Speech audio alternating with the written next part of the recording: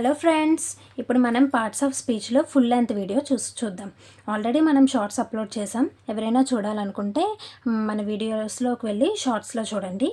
So అంతవరకు మన channel ఎవరైనా సబ్స్క్రైబ్ చేసుకోవాలన్నట్లయితే ప్లీజ్ సబ్స్క్రైబ్ అవర్ ఛానల్. ఇప్పుడు కంటెంట్లోకి వెళ్ళిపోదాం. పార్ట్స్ ఆఫ్ స్పీచ్ అంటే ఏంటంటే, in our conversation we use different words, right? మనం మాట్లాడుకునేటప్పుడు, ఎదుటి వాళ్ళతో మాట్లాడినప్పుడు మన కన్వర్సేషన్లో చాలా వర్డ్స్ యూస్ చేస్తాం. కానీ ప్రతి వర్డ్కి ఒక స్పెసిఫిక్ ఫంక్షన్ ఉంటుంది. ఆ ఫంక్షన్ ఏంటి అనేది ఐడెంటిఫై చేయడమే parts of speech. So parts of speech they are 8 types. So అవి ఏంటేంటో వాటి గురించి కూడా తెలుసుకుందాం. Noun, pronoun, verb, adverb, adjective, preposition, conjunction and interjection. These are the 8 types in parts of speech. So ఇప్పుడు ఒక్కొక్క దాని గురించి తెలుసుకుందాం. Noun. A noun is a word that names a person's, places, things or actions. Noun అనేది ఒక word. అది పర్సన్స్ని కానీ అంటే పర్సన్స్ యొక్క నేమ్స్ని కానీ, ప్లేస్ యొక్క నేమ్స్ని కానీ, థింగ్స్ని కానీ, అంటే వాటి నేమ్స్ని ఎలాంటి నేమ్ అయినా సరే నౌన్ అని అంటాం. చూడండి ఎగ్జాంపుల్స్ చూడండి. రవి, స్వాతి, రోజ్ అనేది ఒక ఫ్లవర్. రోజ్ అనేది ఒక particular name. Jasmine flower, rose flower అని ఎంత పర్టికులర్గా పిలుస్తాం. సో అలా నేమ్స్, పర్సన్స్ నేమ్స్ కావచ్చు, ప్లేసెస్ నేమ్స్ కావచ్చు, థింగ్స్ యొక్క నేమ్స్ కావచ్చు. ఇప్పుడు America, all these are nouns. చూడండి, Rani pluck mangoes from the tree. ఈ సెంటెన్స్లో ఎన్ని నౌన్స్ ఉన్నాయో చూడండి. రాణి అనేది ఒక నౌన్, మ్యాంగోస్ అనేది ఒక నౌన్. మ్యాంగో అనేది నౌనే కదా, అది ఒక థింగే కదా. సో ట్రీ అనేది కూడా ఒక నౌన్. సో ఒక సెంటెన్స్లో ఎన్నైనా నౌన్స్ ఉండొచ్చు, అది మనం ఐడెంటిఫై చేయాలి. నెక్స్ట్ మనకి సింపుల్గా ఇలా సెంటెన్స్లో ఐడెంటిఫై చేయడం అంటే టఫ్ అవుతుంది, కానీ మనకి ఎగ్జామ్లో అయితే సింపుల్గా ఇచ్చేస్తారు. ఎలా, ఒక సెంటెన్స్ ఇచ్చేసి ఒకటి అండర్లైన్ చేసేసి దీన్ని ఏంటి, ఇది పార్ట్స్ ఆఫ్ స్పీచ్లో ఏంటి అనేది ఐడెంటిఫై చేయమంటారు. So Rani it's a name కాబట్టి noun. Raju is a good boy. చూసారా, బాయ్, రాజు, ఇవన్నీ నౌన్సే. సో నౌన్ అంటే సింపుల్గా చెప్పాలంటే names of a persons, places, things or actions. ఓకేనా? అమెరికా, ఇండియా, యుఎస్ఏ ఇలాంటివి ఏవైనా నౌన్సే వస్తాయి, నేమ్స్ కాబట్టి.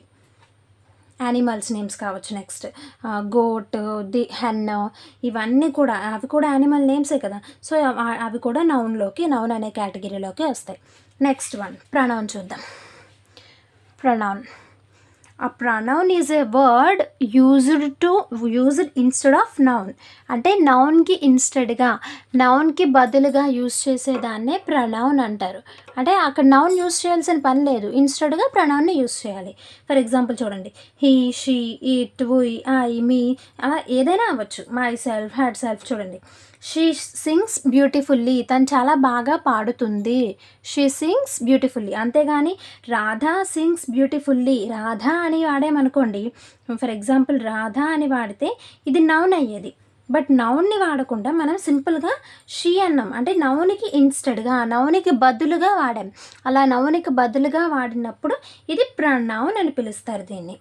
So it's pronoun. She sings beautifully. చూడండి, హీ ప్లేడ్ ఫుట్బాల్. అతను ఫుట్బాల్ ఆడుతున్నాడు. హీ ప్లేడ్, అతను అన్నాం కానీ అతని పేరు ఏంటని మెన్షన్ చేసామా? No. So it's also pronoun. She cooks well. She cooks well అన్నామే కానీ స్వాతి కుక్స్ వెల్ అని అనలేదు కదా. So she is also pronoun.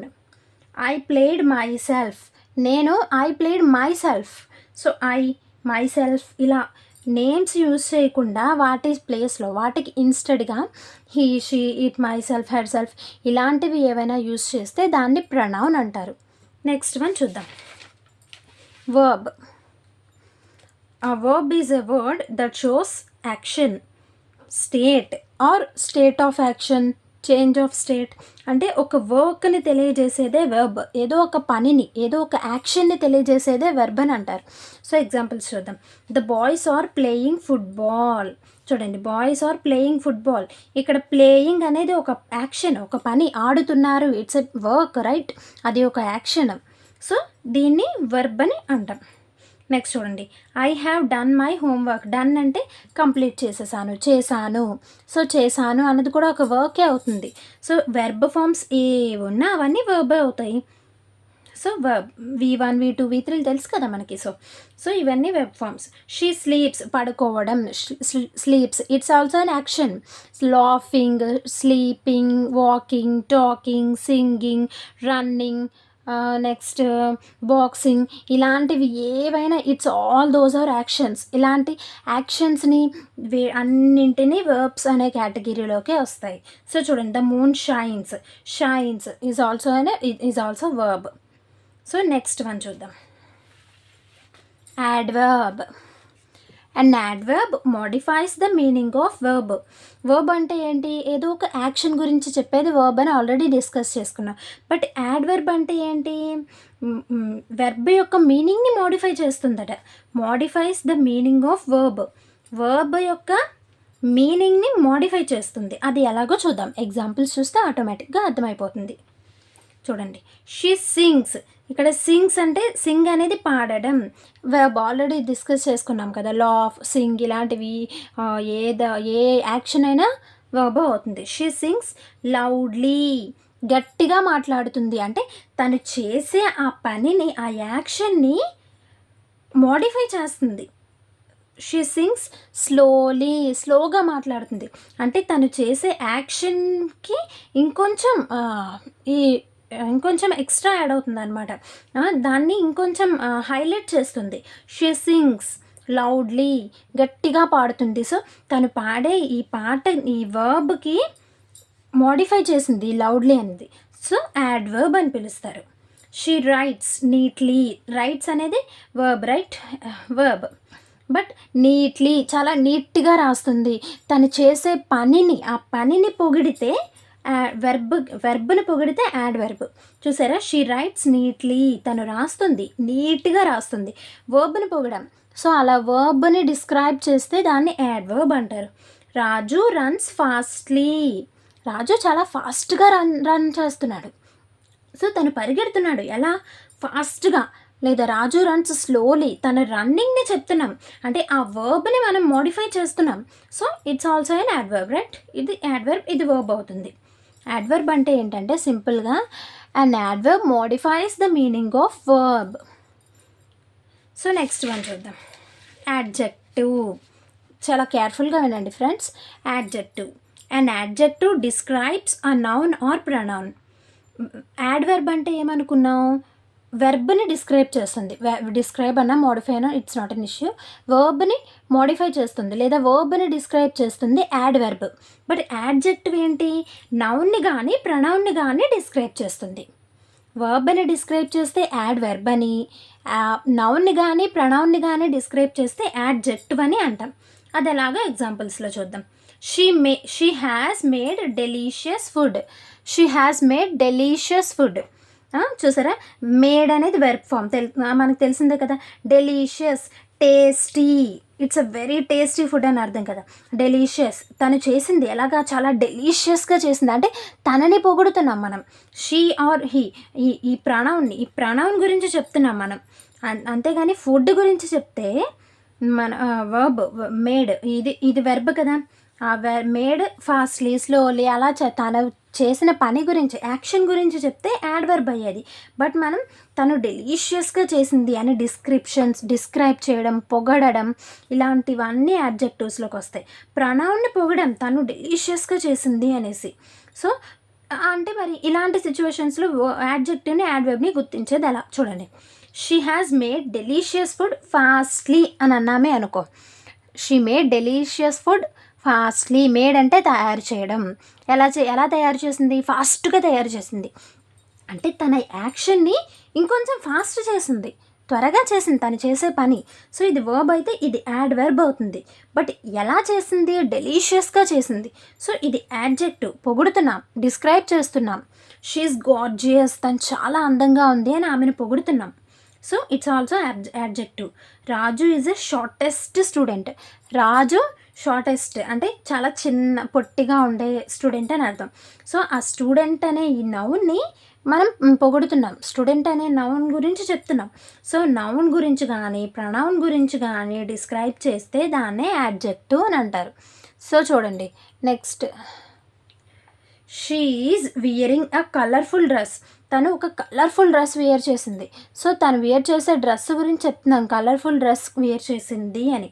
So adjective పొగుడుతున్నాం colourful అనేసి. సో దాన్ని యాడ్జెక్టివ్ అంటారు. Next one conjunction.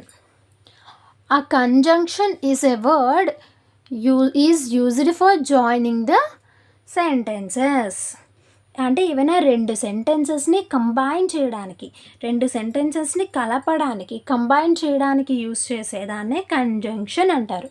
ఇక్కడ కొన్ని కంజంక్షన్స్ చూస్తే మీకే అర్థమవుతుంది. And, because, if, unless, either or, neither nor, not only, but also, all those are conjunctions. ఇక్కడ చూడండి, ఎగ్జాంపుల్ చూడండి. I like chocolates and cake ఇలా సింపుల్గా ఒక సెంటెన్స్లో చెప్పేసాం.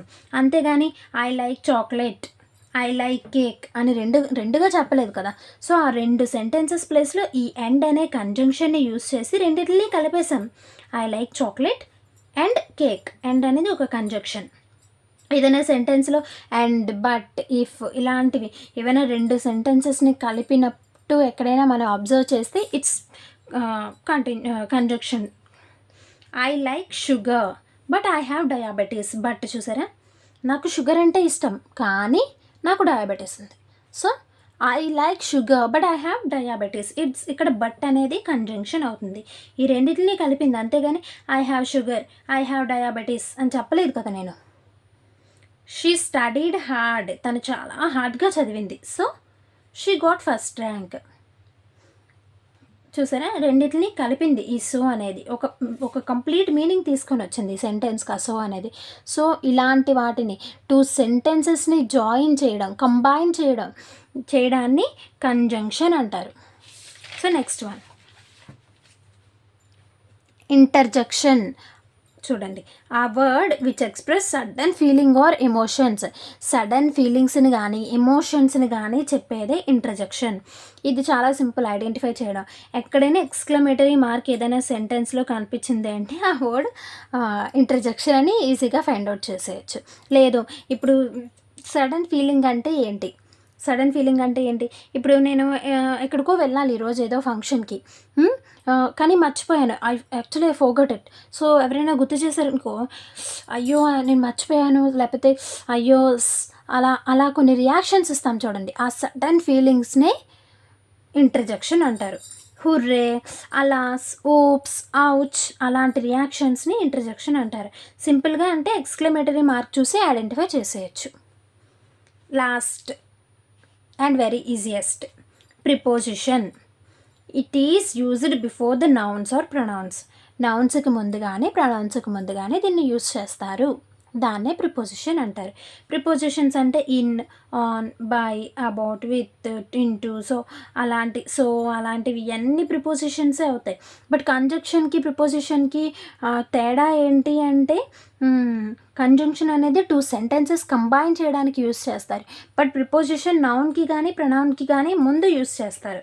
చూడండి, షీ ఈజ్ ఇన్ హాస్పిటల్. తను హాస్పిటల్లో ఉంది. సో ఇది preposition. Next, I am waiting for you. నేను నీ కోసం వెయిట్ చేస్తున్నాను. సో ఇట్స్ ఆల్సో ఇక్కడ యూ అనేది ప్రణౌన్కి ముందు యూస్ చేశారా? హాస్పిటల్ అనేది నౌన్కి ముందు యూస్ చేశారా? It is used before the nouns or pronouns. నౌన్స్కి ముందు కానీ ప్రొనౌన్స్కి ముందు కానీ యూస్ చేస్తారు. ఐఎమ్ సఫరింగ్ విత్ ఫీవర్ అనేది నౌన్. విత్ ఫీవర్ నౌన్కి ముందు యూస్ చేసామా? సో అలా నౌన్కి కానీ ప్రొనౌన్కి కానీ ముందు యూస్ చేస్తే దాన్ని ప్రిపోజిషన్స్ అని అంటారు. So this is a brief introduction about parts of speech, and all those are 8 types in parts of speech. ఏమైనా డౌట్స్ ఉంటే కమెంట్ చేయండి. నేను నెక్స్ట్ వీడియోలో మీ డౌట్స్ అన్నీ పోస్ట్ చేస్తాను. ఓకేనా ఫ్రెండ్స్? Thank you.